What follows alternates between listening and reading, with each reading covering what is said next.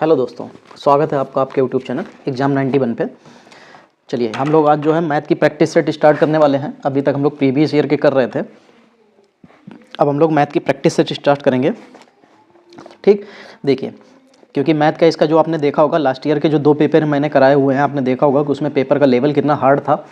तो उस हिसाब से हम लोग इसको प्रिपेयर करेंगे कि कैसे क्या है। देखिए उसी हिसाब से इसके जो पेपर तैयार किए गए हैं मैथ के, ये उसी लेवल के आधार पे तैयार किए गए हैं।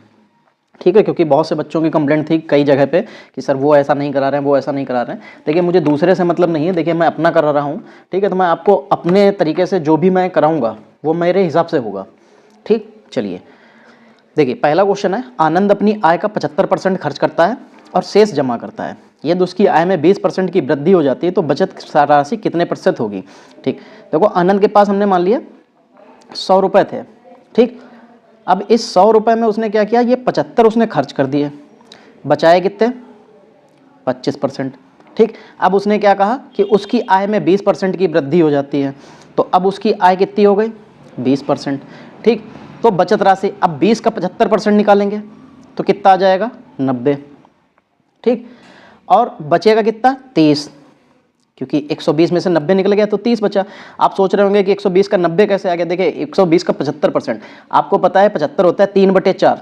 ठीक, 4 से 120 को डिवाइड करेंगे तो 30 आएगा, 30 से 3 को डिवाइड मल्टीप्लाई करेंगे तो 90 आ जाएगा, तो 90 और 30 बचेगा।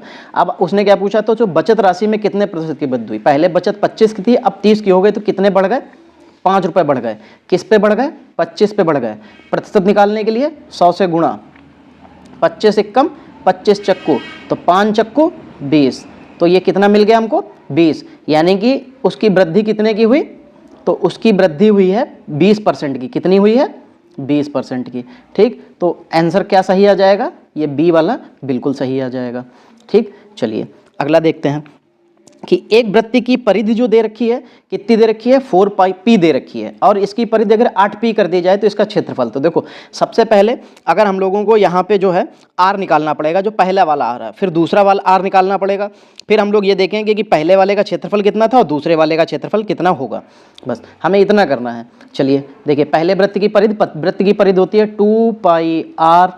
ठीक, परिधि कितनी दे रखी है 4p।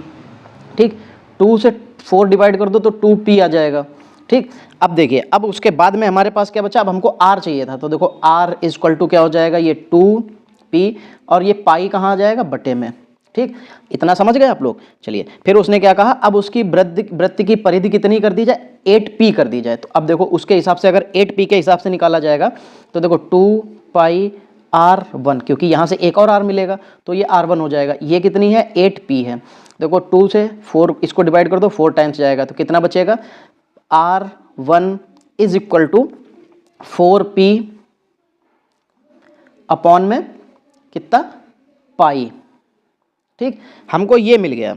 अब इतना तो समझ गए होंगे कि क्या हो जाएगा। ठीक, चलिए फिर उसके आगे देखते हैं। ठीक, तो इतना तो आप लोग समझ गए कि पहले आर का वैल्यू कितनी आई है, पहले आर की वैल्यू ये आई है और दूसरे आर की वैल्यू ये आई है। ठीक है, चलिए अब हम लोग इससे इसका क्षेत्रफल निकालते हैं, फिर देखते हैं दोनों में क्षेत्रफल में क्या क्या फर्क पड़ेगा। चलिए ठीक, अब देखिए क्षेत्रफल क्या होता है, क्षेत्रफल होता है पाई आर स्क्वायर। ठीक, चलिए पाई तो ऐसे ही रहेगा इनटू आर कितना था, आर हमारा उसमें आया था 2p बटे पाई। ठीक, और इसका स्क्वायर, तो ये कितना आ जाएगा, ये पाई आ जाएगा, ये 2 दूना 4 p स्क्वायर बटे में पाई का स्क्वायर। तो देखो ये पाई स्क्वायर से ये पाई चला जाएगा, बचेगा कितना 4p स्क्वायर अपॉन में पाई बचा। ठीक, चलिए अब दूसरे वाले का क्षेत्रफल निकालते हैं। चलिए देखिए अब दूसरा क्षेत्रफल क्या था, दूसरा क्षेत्रफल कैसे पाई r1 का स्क्वायर। चलिए r1 का स्क्वायर, तो देखिए r1 का स्क्वायर कैसे निकालेंगे, पाई की तो वैल्यू पाई रहेगी, इनटू r कितना था उसमें 4p स्क्वायर अपॉन में क्या था पाई, तो ये पूरे के ऊपर स्क्वायर हो जाएगा। ठीक, तो ये कितना मिल जाएगा, ये पाई ऐसे रहेगा, 4 का स्क्वायर 16p स्क्वायर बटे में पाई का स्क्वायर। देखो ये स्क्वायर से पाई चला गया तो हमको कितना मिल गया, दूसरे की वैल्यू कितनी मिली 16p पी स्क्वायर बटे में पाई। तो ये बताइए कि इस वैल्यू का ये कितना है, ये 4 है, ये 16 है, तो 4 गुना है ना, तो इसलिए देखिए ये 4 गुना, इसका 4 गुना आंसर सही हो जाएगा। चलिए आगे देखिए क्या लिखा है, रमेश अपने घर से 12 किलोमीटर प्रति घंटे की गति से विद्यालय जाता है तो वह 20 मिनट में विद्यालय पहुंच जाता है। वह अपनी गति को कितने किलोमीटर प्रति घंटा कर दे कि 15 मिनट में पहुंच जाए। देखिए सबसे पहली बात कि हमको यहाँ से दूरी मिल जाएगी, और दूरी मिल जाएगी तो उससे 15 मिनट से हम लोग डिवाइड कर देंगे, हमारा आंसर आ जाएगा। ठीक है, देखो किलोमीटर प्रति घंटा दे रखा है तो मिनट को भी हमें घंटे में चेंज करना पड़ेगा।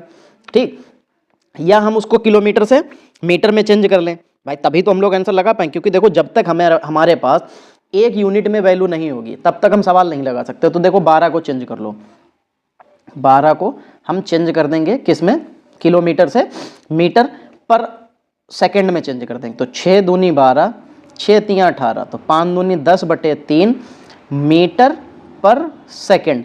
हमको क्या मिला, ये इतने किलोमीटर की चाल से जाता है। चलो तो चाल कितनी मिल गई, 10/3 किलोमीटर मीटर पर सेकंड। तो क्या होता है, चाल बराबर दूरी बटे समय होता है। ठीक, ये होता है। अब ठीक, अब कितनी हमें मिली थी, ये 10 इंटू नहीं आएगा, 10 मीटर, 10/3 मीटर पर सेकंड, यही तो बचा था। इज इक्वल टू दूरी हमारी d हो गई, समय हमारे पास 20 मिनट है तो 20 को हमने सेकंड में बदल दिया, अब ये सेकंड हो गया। ठीक, अब देखिए तो 3 से ये 20 बार चला जाएगा तो 20 भी सही हम 400, 400 दामन 4000। ठीक, ये सेकंड से ये सेकंड कट जाएगा, बचेगा कितना, मीटर। अब हमें दूरी कितनी मिल गई, 4000 मीटर। ठीक, चलिए अब जब हमें दूरी पता चल गई तो अब हमें कुछ और करना ही नहीं है, सिर्फ और सिर्फ दूसरे की वैल्यू रखनी। फिर क्या होता है, चाल बराबर दूरी बटे टाइम। दूरी कितनी आ गई थी, 4000 मीटर। ठीक, और हमारे पास कितने मिनट में पहुंचना है, 15 मिनट में, तो 15 × 60 हो जाएगा। ठीक, चलिए ये 0 से ये 0 चला गया। ठीक, अब देखिए यहाँ पे 2 तियाँ 6, 2 इतना, फिर 15 तियाँ 45 होता है। ठीक, कितना होता है, 15 तियाँ 45, तो 5 से इसको भी काट दीजिए, 5 तियाँ 15, 5 चक्कू 20, यानी कि 40/3 मिल रहा है। कितना मिल रहा है, 40/3। ये किस में आएगा, ये आएगा मीटर पर सेकंड में। इसको किस में बदल देना है, किलोमीटर प्रति घंटे में। तो 18/5 से गुणा, तो 5 एकम 5 अठे, 6 3 एकम 3 छाक 18, तो ये तो 48 आ रहा है। ये देखिए 48 कहाँ पे मिस्टेक हुई है, 3 दूनी 6, 3 तियाँ 9, अच्छा सॉरी यहाँ पे तो 9 आना चाहिए था, ये 3 लिखा था, 9 आना चाहिए था, तो 9 एकम 9 दूनी 18। ठीक, तो 8 दूनी 16, इसका आंसर क्या मिल जाएगा, 16। किस ऑप्शन में दिखाई दे रहा है, पहले ऑप्शन में दिखाई दे रहा है। चलिए इसको हटाइए, तो 16 इसका आंसर हो जाएगा। ठीक, चलिए अगला देखिए, अगला लिखा हुआ है 16, 14, 18 और 20 का माध्य निकालना है। तो कैसे निकालेंगे, 16 + 14 + 18 + 20 बटे में 4 संख्याएं हैं तो 4, क्या होता है, सभी संख्याओं का योग बटे संख्याएं।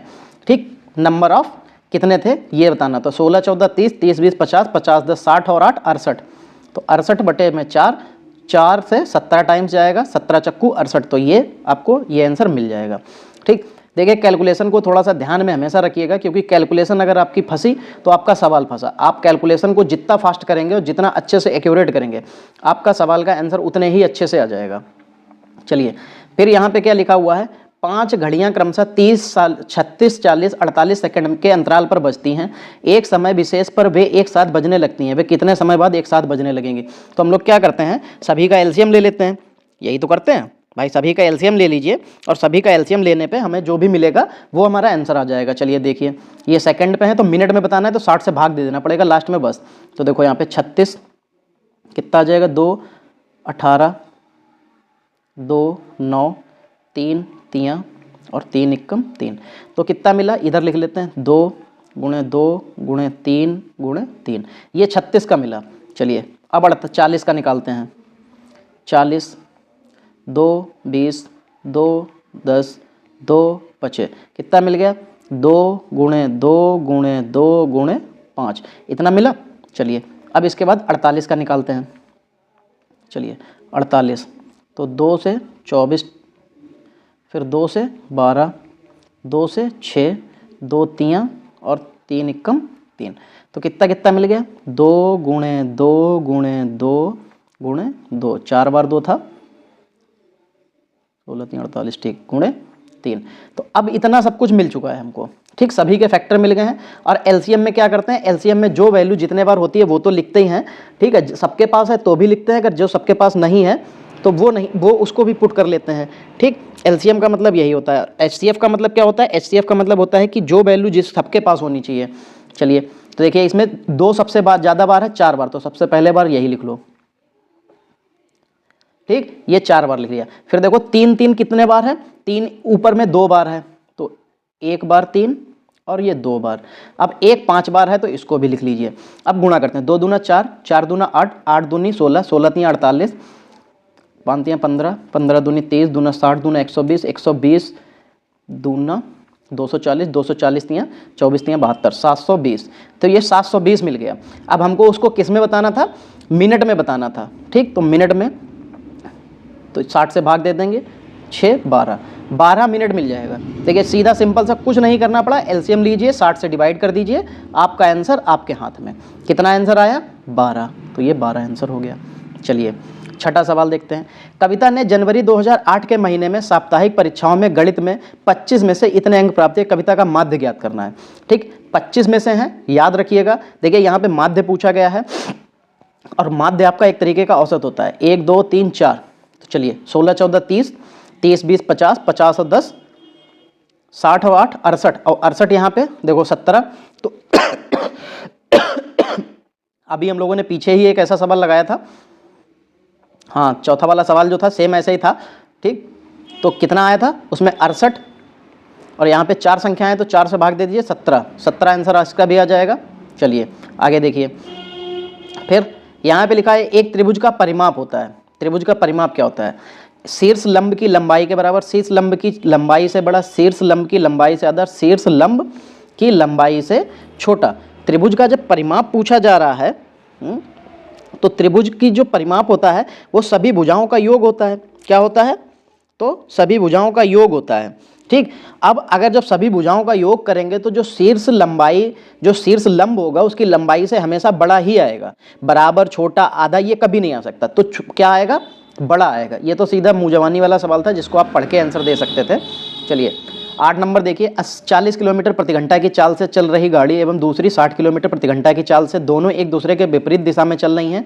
धीमी चाल से चलती गाड़ी ज़्यादा चाल से चलती हुई गाड़ी पर बैठे व्यक्ति को 9 सेकंड में पार कर जाती है। चाल जो धीमी चाल से चल रही गाड़ी की लंबाई क्या होगी? ठीक है, चलिए देखो 9 सेकंड में पार कर रही है। मेन चीज़ हमारे पास यहाँ पे क्या आती है कि जब 80 किलोमीटर 40 किलोमीटर ये हमारी विपरीत दिशा में चल रही है। विपरीत का मतलब एक ऐसे जा रही है और एक ऐसे जा रही है, तो दोनों की चाल को पहले जोड़ दीजिए, कितनी हो जाएगी? 60 और 40 मिलके 100 किलोमीटर पर आवर, ठीक। फिर उसने क्या कहा कि धीमी चाल से चलती हुई गाड़ी जो है 9 सेकंड में पार कर जाती है। अब 9 सेकंड में तो देखो ये तो चाल हो गई, ठीक, ये तो चाल हो गई। चाल बराबर क्या होता है? दूरी, तो दूरी x हो गई। समय कितना था? 9 सेकंड था, ठीक। अब इसको भी सेकंड में चेंज कर दीजिए।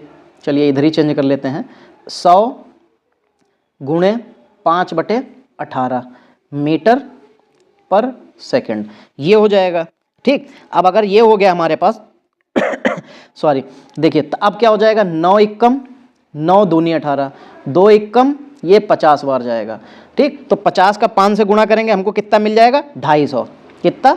250 मीटर। तो यानी कि जो लंबाई होगी कितनी हो जाएगी? 250 मीटर। चलिए देखिए,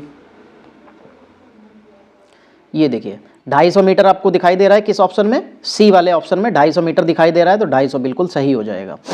चलिए 9 देखिए, गुरप्रीत 2 घड़ियां 1955 प्रति घड़ी की दर से बेचता है, उस पर उसे 15% का लाभ और दूसरी पर उसे 15% की हानि होती है, उसे कितने रुपए की लाभ या हानि होती है। देखिए, इस तरीके के सवाल को करने के लिए आप एक सीधी सी बात ये समझ लीजिए कि जब वो गुरप्रीत दो घड़ियाँ 1955 प्रति घड़ी की दर पर बेचता है, ठीक है, यानी कि हर घड़ी को उसने 1955 में बेचा है, ठीक है, एक पर उसे 15% का लाभ और दूसरे पर उसे 15% की हानि। तो देखिए, इसको वैसे तो नॉर्मली क्या करते हैं, इसको लगाने के कई तरीके हैं, ठीक। अब आपको एक चीज़ ये भी बता दें कि देखिए, जब इसको लगाने के जो दो तरीके होते हैं उनसे आपको समझने में थोड़ी सी दिक्कत आएगी, पर यहाँ पे अगर देखो एक तरीका बताता हूँ मैं, क्योंकि एक घड़ी उसने 1955 में बेची, ठीक, इस पर इसमें 15% की हानि शामिल है, तो इसको 100% बना लेंगे। दूसरा क्या था, दूसरा क्या कहा था उसने, 1900, सोचिए यहाँ पे बराबर नहीं है, 1955 में बेची, उसको 115% का लाभ हुआ, ठीक। अच्छा, दोनों का विक्रय मूल्य तो बराबर ही था ना, ठीक, 1955 बराबर था। अब यहां से हम लोग इसको 100% बना देंगे, ठीक। तो यहां पे ये 100 हो जाएगा, इधर मल्टीप्लाई 100 इसके साथ हो जाएगा और ऐसे ही 100 इसके साथ हो जाएगा। जब हम लोग यहाँ से भाग दे के आएंगे तो 20 पंचे 100, 17 अपना 85, 17 एकम 17 बचेगा 2, 17 एकम 17, ठीक, ऊपर भी कट जाएगा, 17 एकम 17 बचेगा 2, तो 17 एकम 17 बचेगा 8, 17 अपना 85, 115 दूना होता है 230 और एक जीरो, तो 2300 रुपये इसकी जो हानि वाली है, तो यानी कि उसको उसकी वैल्यू कितने की थी, 2300 रुपये की, ठीक।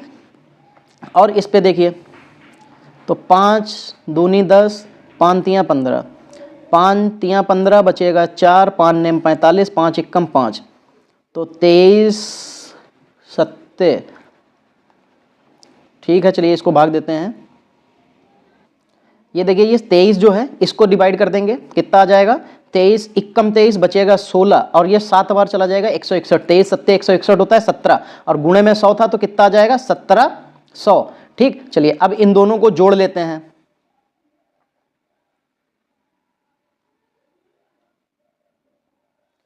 चलिए देखिए कितना था, लो भूल गए, 2300 1700, चलिए 2300 और 1700, 0 0 7 3 10 का सिफर हासिल लगा 1 2 3 और 1 4, ठीक। और 1955 दूना कितना हो जाएगा 2, 5 दूनी 10, 1 5 दूनी 10 और 1 11 हासिल लगा 1, 19 दूना 38 और 1 39।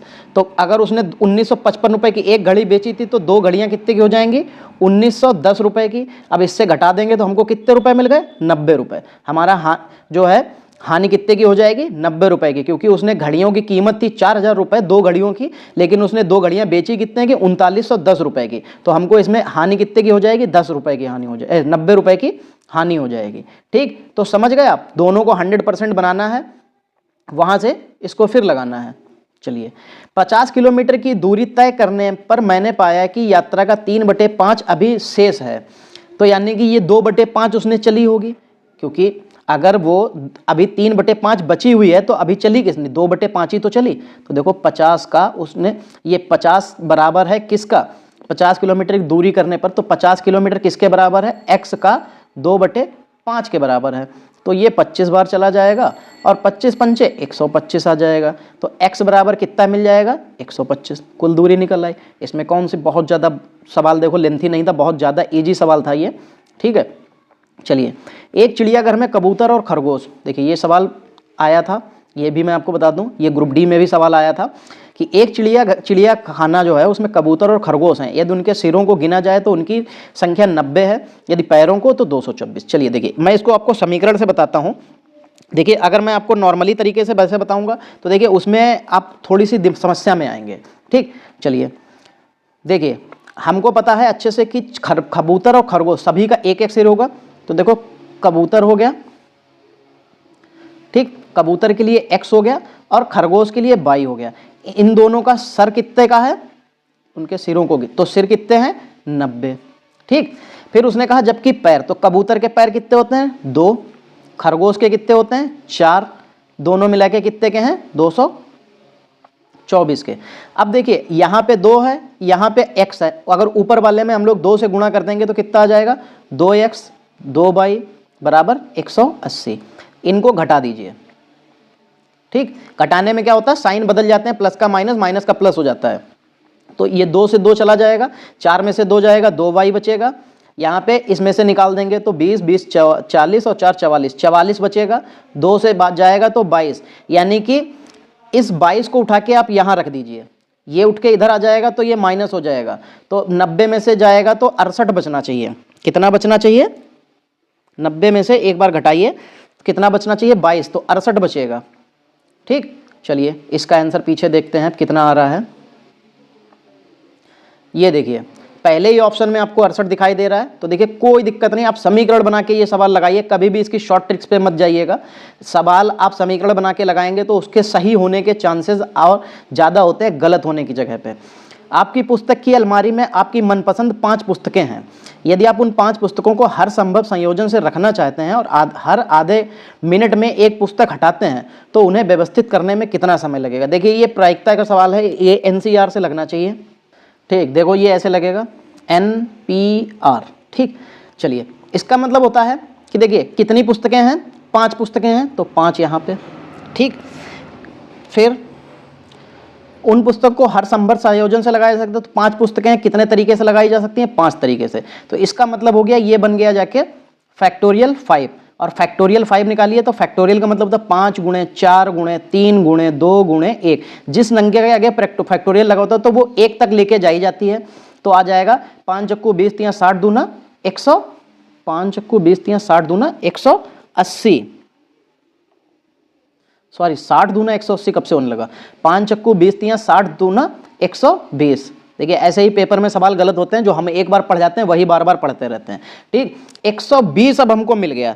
ठीक, अब उसने क्या कहा था कि ये 120 जो है हर संभव संयोजन में रखना चाहता है और हर आधे मिनट में एक पुस्तक हटाते हैं। तो देखो अब हर आधे मिनट में एक पुस्तक हटाएगा तो आधे मिनट का मतलब 1/2 हो गया, तो 1 इसको भी 2 से भाग, आधा मिनट है ना तो 2 से भाग दे दीजिए, तो 60 मिनट, यानी कि 60 मिनट बराबर 1 घंटा। तो इसका सही आंसर क्या आ गया, 1 घंटा।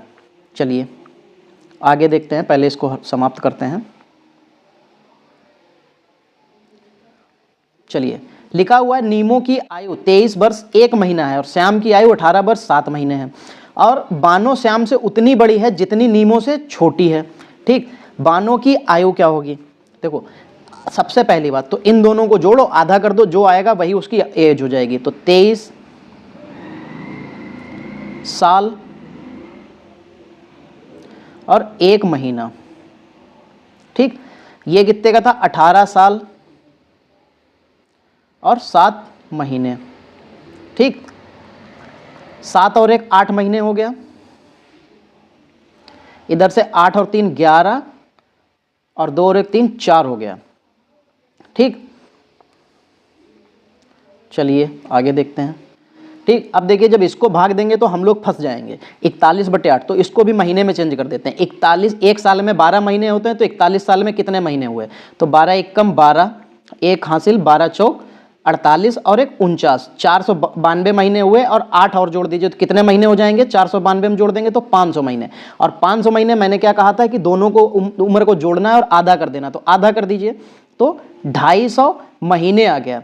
अब इससे 12 से भाग दे दीजिए, तो 12 दूनी 24 और 1 ये 0 लग जाएगा यहाँ पे, तो 12 दूनी 24 यानी कि 240 महीने हो जाएंगे। ठीक, 20 साल में उसके 240 महीने हो गए, बचे 10 महीने। तो देखिए 20 साल 10 महीने, कितना बचा, 20 साल 10 महीने। इसका बिल्कुल सही आंसर आ जाएगा। ठीक, तो सीधी सिंपल सी बात है कि जब दोनों चीज़ें उसने ये कहा है कि वो उससे उतनी ही बड़ी है जितनी कि उससे छोटी है, तो दोनों की उम्र को जोड़िए और उसका आधा कर दीजिए, आंसर आपको मिल जाएगा। चलिए 14 नंबर, यदि एक टंकी 80 लीटर पानी आता है तो आधी टंकी में पानी की मात्रा ज्ञात कीजिए। देखिए ये सवाल तो बच्चों को भी दे दिया जाए तो वो भी पूरे में पूरे में 80 आता है तो आधी का मतलब 2 से भाग दे दीजिए, कितना आता है, 40। 40 इसका सही हो जाएगा। देखिए कुछ क्वेश्चंस जो हैं बहुत इजी भी आए हैं। चलिए,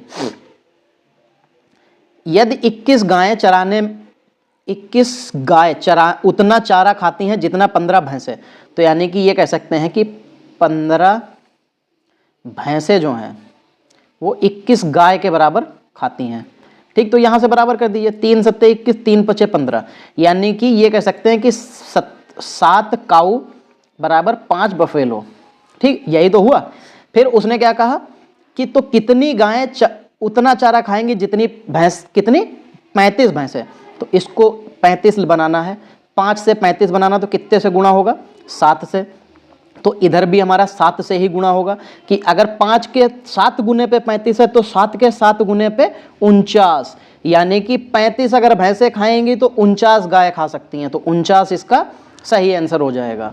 ठीक, देखिए कुछ नहीं करना था, बस नॉर्मल सा कि दोनों को बराबर करके हमको दोनों की वैल्यू बनानी थी कि 7 गाय हैं और 5 भैंसें, 7 गाय के बराबर 5 भैंसें हैं। तो हमको भैंसें कितनी दे रखी, चलिए यहाँ पे अगर गाय दे रखी होती तो हम गाय जितने गुने पे होती हैं उतना ही गुना हम लोग भैंसों में कर देते, भैंसें मिल जाती। तो यहाँ पे भैंसें दे रखी थी तो भैंसों की गुणा हम लोगों ने गुना निकाल लिया कि कितने गुने हैं। तो 5 से 35 बनाना था, 7 गुने पे होगी तो 7 का भी 7 गुना करना पड़ेगा, 49 आंसर आ जाएगा। ठीक, चलिए इसको हटाते हैं। चलिए आगे देखते हैं। चलिए लिखा हुआ है 24 लड़कों तथा उनके शिक्षकों की औसत आयु 15 वर्ष है। ठीक, 24 लड़के और उन पे एक शिक्षक, यानी कि 25 लोग हो गए। तो 25 और कितनी औसत आयु हो, 15। देखिए जो औसत आयु होती है और जितने लोग होते हैं उनसे गुणा कर देंगे तो उनकी सभी उम्र का टोटल आ जाता है। तो 15 पचे 75, 7, 15 दूनी 30 और 7 37, यानी कि सभी लोगों की उम्र जो होगी वो 375 साल होगी। सभी लोगों की उम्र को अगर जोड़ा जाएगा तो 375 साल आ जाएगी। यदि शिक्षक की आयु हटा दी जाए तो औसत आयु में 1 वर्ष की कमी आ जाती। ठीक, चलिए देखिए अगर शिक्षक हटा देंगे तो हमारे पास कितने लोग बचेंगे, 24 थे, 25 थे टोटल, तो 24 बचेंगे। और उसने क्या कहा, औसत आयु 1 से कम हो जाती, 15 थी, 14 बचेगी। तो 14 चक्कू 56, 5 हासिल, 14 दूनी 28, 5 33। चलिए यहां से इसको घटा दीजिए, 14 चक्कू 56, ये 6 था, तो 15 में से 6 गया 9, और यहाँ पे 6 में से 3 गया 3, तो देखिए 39 मिला। यानी कि शिक्षक की उम्र कितनी होगी, 39 साल होगी। देखिए क्या बहुत ज़्यादा सवाल को टाइम लगा, नहीं, क्यों, क्योंकि देखिए क्या है ना कि अब हम लोग जो है प्रैक्टिस कर रहे हैं, तो देखिए प्रैक्टिस में भी कुछ क्वेश्चंस आपको मॉडरेट भी मिलेंगे, कुछ इजी भी मिलेंगे। लेकिन जब हम लोगों ने पिछले साल के जो पेपर किए, देखिए उसका लेवल एक देख लीजिए, और जो हम लोग अभी प्रैक्टिस सेट कर रहे हैं इसका लेवल देख लीजिए, दोनों के लेवल में बहुत ज़्यादा अंतर नहीं मिलेगा। क्यों, क्योंकि क्या है कि तब हमें कुछ चीज़ें बहुत ज़्यादा एक्सप्लेन करनी थी, यहाँ पे हमको बहुत ज़्यादा एक्सप्लेन नहीं करना है, क्योंकि हमें पता है आप लोग इस चीज़ को जल्दी पकड़ लेंगे। ठीक है, चलिए आगे देखते हैं। चलिए देखिए अगला सवाल, 10 छात्रों के एक समूह आपस में एक दूसरे से हाथ मिलाते हैं, कुल कितने बार हाथ मिलाए जाएंगे। देखिए बहुत अच्छा सवाल है। देखिए जब 10 लोग हैं और आपस में हाथ मिलाएंगे, तो देखिए हाथ तो 9 ही बार मिलाए जाएंगे ना। कितने बार मिलाए जाएंगे, 9 बार, क्योंकि एक जो आदमी है वो दूसरे से हाथ मिलाएगा, खुद से तो हाथ मिलाएगा नहीं, तो वो बचे हुए 9 लोगों से हाथ मिलाएगा। तो 10 लोग कितने लोगों से हाथ मिलाएंगे, 10 लोगों में से 9 लोगों से हाथ मिलाया जाएगा। और हाथ आपस में कितने लोग मिलाएंगे, 2 लोग मिलाएंगे एक दूसरे से।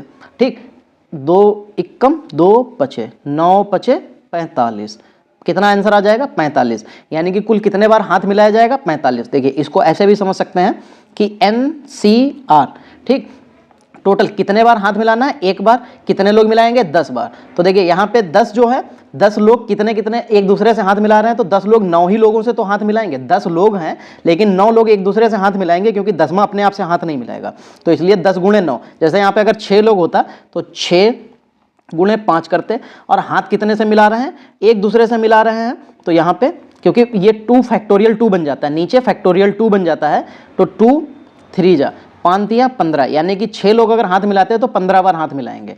ठीक, चलिए तो इसका आंसर 45 आ जाएगा। चलिए आगे देखिए, फिर लिखा हुआ है किसी धनराशि पर 8% ब्याज की दर से 2 वर्ष के चक्रवृद्धि ब्याज तथा साधारण ब्याज में अंतर। देखिए आपको मैंने कल जो है उसको आपको दूसरे मेथड से एक सवाल बताया हुआ था, चक्रवृद्धि ब्याज और साधारण ब्याज का अंतर के लिए भी मैंने कहा था कि यहाँ से निकालेंगे तो बहुत आसानी से लगेगा। चलिए आज भी मैं उसी ट्रिक को बताते हुए आगे कंटिन्यू करता हूँ। किसी धनराशि पर 8% ब्याज की दर से 2 वर्ष के लिए चक्रवृद्धि ब्याज बताना है, साधारण ब्याज का अंतर। देखिए ये जो परसेंट दे रखा होता है, इसको परसेंट को हम लोग चेंज करते हैं पहले तो ये 100 से, तो 4 दूना 4 25, ठीक, कितना मिलता है तो 2/25 मिल गया, ठीक। यानी कि इसकी हमने जो फ्रैक्शन बना ली कितनी बन गई, यानी कि इसको हमने भिन्न में बदल दिया तो कितना बन गया 2/25। अब देखिए ये जो नीचे वाली वैल्यू होती है, यहाँ पे जितने साल दिए होते हैं उतने इसका क्यूब स्क्वायर या 4 बार पावर, उतनी पावर ले लेते हैं। कितने साल हैं 2 साल, तो 25 का स्क्वायर कितना हो जाएगा 625। देखिए मैथ लगाने के लिए आप 25 तक तो स्क्वायर आपको याद होने चाहिए, ठीक। अब देखिए चलिए कुछ चीजें यहां से हटाते हैं। चलिए अब 625 का कितना था 2/25 हम लोगों की बनी हुई थी। अब 2 साल का साधारण ब्याज और चक्रवृद्धि ब्याज का अंतर, चलो देखते हैं। तो देखो 25 से इसको डिवाइड करेंगे तो 25 बार जाएगा, ठीक। 25 का 2 से गुणा हो जाएगा तो कितना आ जाएगा 25 दूना 50, यहाँ पे भी 25 दूना 50, ठीक। अब चक्रवृद्धि ब्याज देखो ये हो जाता है साधारण ब्याज, ये क्या हो जाता है ये सिंपल इंटरेस्ट हो जाता है, ठीक। अब इस ब्याज पे जब ब्याज लगेगा तब होता है हमारा साधारण वो चक्रवृद्धि ब्याज। तो देखो फिर इसको भी किससे डिवाइड करना है 2/25 से, तो 25 दूना 50 जाएगा और 2 से 2 की गुणा हो जाएगी तो 4 आ जाएगा, ठीक। तो 50 50 100 और 104, कितना पूरा टोटल मिला 104। 104 हमारे पास क्या आया चक्रवृद्धि ब्याज, और साधारण ब्याज कितना है 100, ठीक। दोनों का अंतर कितना निकला 4, लेकिन हमको अंतर दे कितना रखा है 768, कितना दे रखा है 768, लेकिन हमने तो निकाला तो 4 आया, ये 768 है। तो देखेंगे 4 का कितने गुना होता है, तो 4 से इसको भाग दे दीजिए, 4 एकम 4 बचा 3, 4 नेम 36, फिर 8, तो 4 दूना 8, कितना मिल गया हमको 192 मिल गया, ठीक। चलिए 192 का गुणा किससे हो जाएगा, ये एक जो 625 हमारा जो मूलधन बना हुआ था 625, क्योंकि हमको मूलधन बताना है ना, तो 625 और 192 का गुणा कर देंगे, 5 दूनी 10, 2 दूना 4 और 1 5, 6 दूनी 12, 9 पचे 45, 4 9 दूनी 18, 4 22, 9 छाक 54, 2 56, तो फिर 5 2 6, इनको सबको जोड़ दीजिए, ये 0, ये 5 2 5 5 10 का सिफर हासिल लगा 1, 5 2 7 2 9 और 1 10 का सिफर हासिल लगा 1, 6 2 8 और 1 9 9 और 1 10 का सिफर हासिल लगा 1, 6 5 11 और 1 12, तो कितना मिल जाएगा 12, फिर उसके आगे 4 0, तो ये हमारी धनराशि हो जाएगी। चलिए देखते हैं ऑप्शन में, ये देखिए ये आपको तीसरे ऑप्शन में दिखाई दे रहा है 12 4 बार 0 यानी कि 1,20,000, ठीक। देखिए कोई कठिन नहीं था, सीधे सिंपल सी बात है, जो आपको परसेंटेज में दिया होता है उसको आप भिन्न में बदल दीजिए। भिन्न में कैसे बदलते हैं, जो परसेंटेज होता है वो 100 में बदल जाता है भाग में, तो 8 से जब 100 को भाग देंगे तो 2/25 आ जाएगा। फिर जितने साल दिए होते हैं, जो नीचे वाली भिन्न में जो हमारी नीचे वाली संख्या होती है उसके ऊपर वही जो समय होता है उसकी वही पावर चढ़ जाती है। जैसे 25 के ऊपर 2 की पावर चढ़ जाएगी तो 25 का स्क्वायर कितना होता है 625। अब 625 के ऊपर 2 साल निकालना है, तो ऐसे करके ये 625 इसको 2 पार्ट में तोड़ लीजिए, क्योंकि 2/25 था, ठीक। अब इस 2/25 से, तो इस 25 से इसको भाग देंगे तो 25 बार जाएगा, तो 25 दूना 50, ये साधारण ब्याज तो नॉर्मल लगता है, तो ये हो जाता है साधारण ब्याज, ये जो ऊपर की लाइन होती है ये साधारण ब्याज होती है। अब ब्याज के ऊपर ब्याज लगेगा, तो 25 से 50 डिवाइड करेंगे, 2 आएगा, 2 से 2 की गुणा तो 4 आ जाएगा। अब ये 4 जो है क्या होगा, ये 4 आता है साधारण ब्याज और चक्रवृद्धि ब्याज का अंतर, लेकिन हमको अंतर कितना दे रखा था वहां पे 768, तो 768 कितने गुने पे है ये निकालने के लिए 768 को 4 से भाग दे दीजिए, जितना आएगा बस उसकी गुणा हमें 625 से करनी है, वही हमारा मूलधन बना देगा। क्योंकि जब 625 मूलधन था तब हमको कितना अंतर मिला था 4, तो लेकिन हमको बनाना है 767, तो उसमें 192 से गुणा करनी पड़ेगी, तब 4 का 192 से गुणा करके तब 768 बनेगा, तो 625 में भी हमें 192 से गुणा करनी पड़ जाएगी, ठीक। देखिए ये होता है कम समय में जल्दी सवाल लगाना, वरना आपको इसको पूरे सवाल इसको उससे बताया जाएगा x और उससे मान के, तो देखिए बहुत लंबा सवाल हो जाता है। चलिए 2 संख्याओं का अनुपात दे रखा है इतना, उनका महत्तम समापवर्तक इतना, तो उनका लघुत्तम समापवर्तक ज्ञात करना, ठीक है। देखिए इसका फॉर्मूला होता है पहली संख्या, ठीक, पहली पहली संख्या गुणे दूसरी संख्या इक्वल्स टू क्या हो जाएगा, फिर होता है एलसीएम इंटू एचसीएफ, ये फॉर्मूला होता है। ठीक, तो हमें पहली संख्या कितनी है 3, तो उसके साथ x और दूसरी संख्या 4x, और एलसीएम हमें पता नहीं है कितना, तो एलसीएम के लिए l लिख लो, और महत्तम यानी कि एचसीएफ पता है कितना है 4। ठीक, तो 4 तियां ये कितना हो जाएगा 12x स्क्वायर इक्वल टू ये 4 गुणे l हो जाएगा। ठीक, 4 गुणे l हो जाएगा। चलिए फिर अब देखिए x, हमको x चाहिए, तो अब 12 को इधर लेके आना पड़ेगा। एक सेकंड रुकिएगा,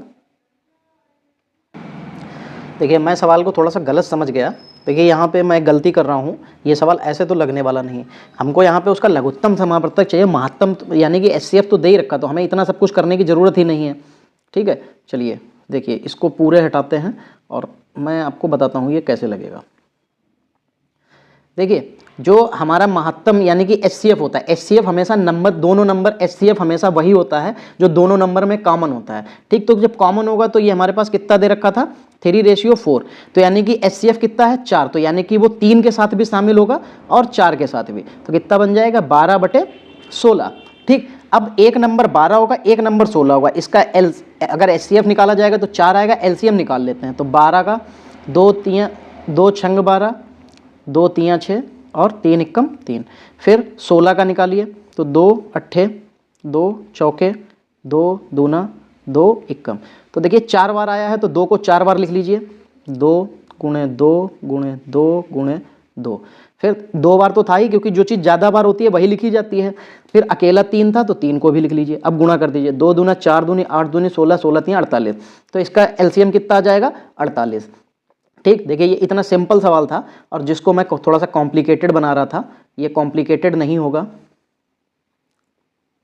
ठीक, ये इतना कॉम्प्लिकेटेड नहीं होगा। चलिए कितना आंसर आ जाएगा इसका 16 तियां 48 आ जाएगा। चलिए, एक बाजार में व्यक्तियों का औसत रविवार के दिन 510 है और सप्ताह के बाकी दिन 240 है। ठीक, रविवार में शुरू होने वाले 30 दिन के माह में प्रतिदिन व्यक्तियों, रविवार से शुरू होने वाले 30 दिन, ठीक है, व्यक्तियों की औसत होगी। ठीक, प्रतिदिन का पूछा जा रहा है। चलिए तो सबसे पहले तो हमको देखिए रविवार का औसत दे रखा है, तो देखिए रविवार का औसत तो हमें डायरेक्ट निकालना पड़ेगा, क्योंकि देखो जो रविवार से सप्ताह शुरू हो रहा है तो सिंपल सी बात है कि उसमें 5 रविवार पड़ जाएंगे। कितने पड़ जाएंगे 5 रविवार पड़ जाएंगे। और जब 5 रविवार हमारे सामने पड़ जाएंगे तो फिर अब हमारे पास बचता क्या है, बाकी चीज़ें देखिए, फिर बाकी दिन बचेंगे। तो देखिए सबसे पहले तो यहाँ पे देखो कितना है, औसत परिवार हमारे पास कितना है, बाजार में व्यक्तियों का औसत रविवार के दिन 510 है और बाकी दिन 240, तो 510 कितने रविवार पड़ रहे हैं 5 प्लस 240 तो थे ही, बाकी दिन 240 जाते थे, बाकी कितने दिन हमारे पास पड़ेंगे तो 25, क्योंकि 30 दिन का दिन महीना है ना। फिर टोटल दिन कितने बने 25 प्लस 5, 25 प्लस 5, इनको जोड़ लीजिए, 0 5 इक्कम 5 पचम 25, इसका कितना हो जाएगा 0 25 चक्कू 100, 25 दूना 50 और 10 60, तो 0 5 5 6 2 8। ठीक, 25 और 5 30, 0 से 3 इक्कम 3 दूनी 6 बचेगा 2, 3 अठे 24 बचेगा 1, 3 पचे 15, तो 285। इसका आंसर कितना आ जाएगा 285। ठीक, सिंपल सा सवाल 285। ठीक, चलिए इसका आंसर कितना आ गया 285। चलिए फिर देखिए, यदि 2 मेजों तथा 3 कुर्सियों का मूल्य 3500 रुपये है, जबकि 3 मेजों तथा 2 कुर्सियों का मूल्य 4000 रुपये है, तो मेज कुर्सियों का मूल्य अलग अलग बताना है। ठीक है, तो देखो 2 मेज तथा 3 कुर्सियों का मूल्य, तो यानी कि देखो 2 मेज प्लस 3 कुर्सियों का मूल्य कितना है 3500। ठीक, जबकि 3 मेज प्लस 2 कुर्सी इक्वल टू 4000 रुपये। ठीक, अब देखिए, अब आपके सामने सीधी सी एक बात ये पता चल गई कि ये समीकरण नंबर 1 है, ये समीकरण नंबर 2 है। अब इन दोनों को आप बराबर कर लीजिए तभी आंसर आएगा। तो पहले मेज को ही बराबर कर लेते हैं। तो ऊपर 3 से गुणा, तो 6 3 दूनी 6m, 3 तियाँ 9m। देखिए इसमें 3 से गुणा होगी और इसमें 2 से, तभी ये बराबर हो पाएंगे। ठीक, सॉरी यहाँ पे क्या आएगा, इज इक्वल टू, और 35 तियाँ 105 होता है और ये 00।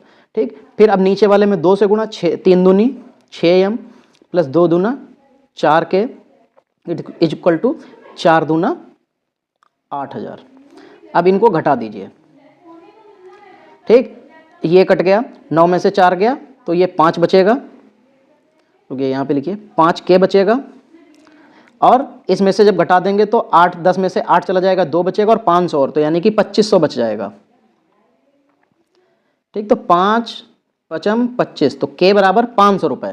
अब k को यहाँ पे उठा के कहीं भी एक समीकरण में रख दीजिए। चलो k को 5 तियाँ 1500 पहले समीकरण में रखते हैं, तो यहाँ पे 500 रखेंगे, तो 500 का 3 से गुणा हो जाएगा तो आ जाएगा 1500, और 1500 में से 3500 में से 1500 को घटा देंगे क्योंकि ये उधर ट्रांसफ़र हो जाएगा, तो कितना बचेगा 2000। ठीक, तो कितना बच गया 2000। तो उसने पूछा था प्रत्येक मेज का मूल्य कितना होगा, हमारे पास प्रत्येक मेज का मूल्य पूछा गया है। तो देखो कितनी मेज थी, 2 और 3 5, कितनी मेज थी। देखिए यहाँ पे शायद कुछ कैलकुलेशन में गड़बड़ हो गई है। ठीक है, आप लोग इसको एक बार जरा है जो अपने आप से लगाइएगा तो इसका 1000 आंसर आएगा। कितना आएगा 1000 आएगा।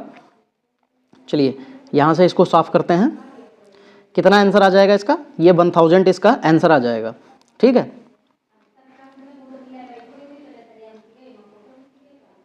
ठीक, ये पहला आंसर तीसरा आंसर आ जाएगा 1000। जो मैंने बताया सेम वैसे कीजिएगा। कुछ मिस्टेक हुई है, मुझसे ही हुई है, मैं सीधे बता दे रहा हूँ। देखिए मुझसे कुछ मिस्टेक हुई कैलकुलेशन में। ठीक है, क्योंकि यहाँ पे इतना ज़्यादा जगह नहीं होती जो मैं एग्जैक्टली आपको कैलकुलेशन करके बता पाऊँ। बाकी मैंने आपको बता दिया, आपको ऐसे ही करना है और कुछ नहीं करना है। चलिए पहली 5 अभाज्य संख्याओं का योग दे रखा है। ठीक, तो पहली 5 अभाज्य संख्या, देखिए आपको पता होना चाहिए कि अभाज्य संख्याएं कौन कौन सी होती हैं, जो दो किसी से भी भाग नहीं होती हैं, सिर्फ अपने नंबर से ही भाग होती हैं और एक से, और इसके अलावा किसी से नहीं। तो देखो ऐसा पहला नंबर आता है 2, क्या आता है 2, फिर 2 के बाद 3 आती है, 4 हमारी 2 से भाग हो जाती है, फिर 5 किसी से भाग नहीं जाती है, फिर 6 भी भाग हो जाती है, फिर 7 किसी से भाग नहीं जाती है, फिर 8 भी भाग हो जाता है, 9 भी भाग हो जाता है, 10 भी भाग हो जाता है, फिर 11 ये किसी से भाग नहीं होता। तो 1 2 3 4 5। ठीक, इतना हमको पता चल गया। अब जोड़ लीजिए 3 2 5, 5 5 10, 10 7 17 और 1 18, 18 10 28। ठीक है, तो कितना आ गया 28। ये कितना योग मिल गया हमको 28। चलिए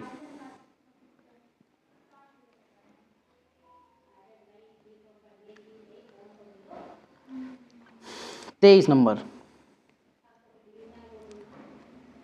नंबर में देखिए 3 संख्याओं का अनुपात इतना दे रखा है, उनका महत्तम समापवर्तक है। तो संख्याएं, मैंने क्या बताया था, जब भी संख्याओं का अनुपात दे रखा हो, महत्तम दे रखा हो, तो अनुपात का महत्तम से बस गुणा कर देते हैं। तो 1 गुणे 12, 2 गुणे 12, 3 गुणे 12, कितना हो जाएगा 12 1 कम 12, 12 दूनी 24, 12 तियाँ 36।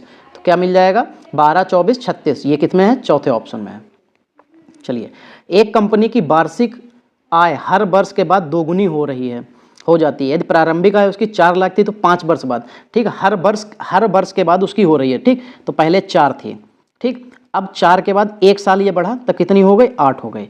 ठीक, फिर 8 के बाद में उसका 1 साल बाद फिर कितनी हो गई, ये 16 हो गई। फिर 16 के बाद में उसकी कितनी हो गई, फिर ये 32 हो गई। फिर 32 के बाद में दोगुनी हो जाती थी ना। ठीक, 32 के बाद ये 64 हो गई। ठीक, चलिए तो अभी तक इतनी हो चुकी। तो अब आप अंदाजा लगाइए कितने साल हुए, 1 2 3 4 साल हुए। तो 1 साल और आगे जाएगा, कितनी 64 दूना 128। तो कितना मिल जाएगा 1.28 करोड़। कितना 1.28 करोड़। ठीक, कितने साल होगा, 1 साल ये, 2 साल ये, 3 साल ये, 4 साल ये और 5वां साल ये। ठीक, चलिए देखिए ये तो कोई ज़्यादा वैसा सवाल नहीं था, तो ये तो बहुत सरल सवाल था। चलिए 25 नंबर, एक टैंक की नली में एक छेद पूरे भरे टैंक को 6 घंटे में खाली कर सकता है। ठीक, और 4 लीटर प्रति मिनट की दर से एक टैंक पाइप को भर सकता है। ठीक, 6 घंटे में खाली कर सकता है, 4 मिनट में ये भर रहा है। ठीक, 4 लीटर प्रति मिनट।